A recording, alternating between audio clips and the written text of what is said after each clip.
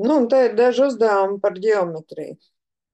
Ja mēs esam pabeiguši algebras uzdevumus par 20 punktiem un analītiskās ģeometrijas uzdevums par 10 punktiem, tad mums jau ir 30 punkti eksāmenā. Nu, un tagad parastā ģeometrija. Nosaka 7-stūra piramīdas skaldņu skaitu. Tad pamatā ir 7 stūris un piramīda, kā bija piramīda. Nu, ātri uzskicējot kaut kas tāds no vienas sāna skatoties. 7 stūra pamats, viens pamats, viena skaldne. Un 1, 2, 3, 4, 5, 6, 7, 7 sāni.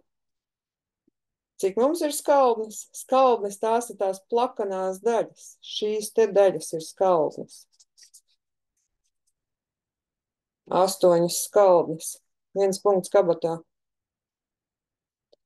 15. uzdevums pret taisnīgu 3 stūri ADC, kur D ir 90 grādi, atzīmēsim D ir 90 grādi.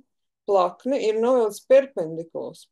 Perpendikuls FA uzzīmē perpendikulu no punkta F pret taisni DC, no F pret taisni DC. Nu, tad jāatcerās, kā skan 3 perpendikulu teorēma. Ja taisne, kas atrodas plaknē, ir perpendikulāra pret slīpnes projekciju, tas ir DC, ir perpendikulārs pret DA. Tad tā ir perpendikulāra arī pret pašu slīpni. Jāvelk līnija, taisna līnija pret šo taisni plaknē DC. Ar šo zīmējumu pietiktos, lai būtu atrisināts. Gatavs. Paldies par uzmanību.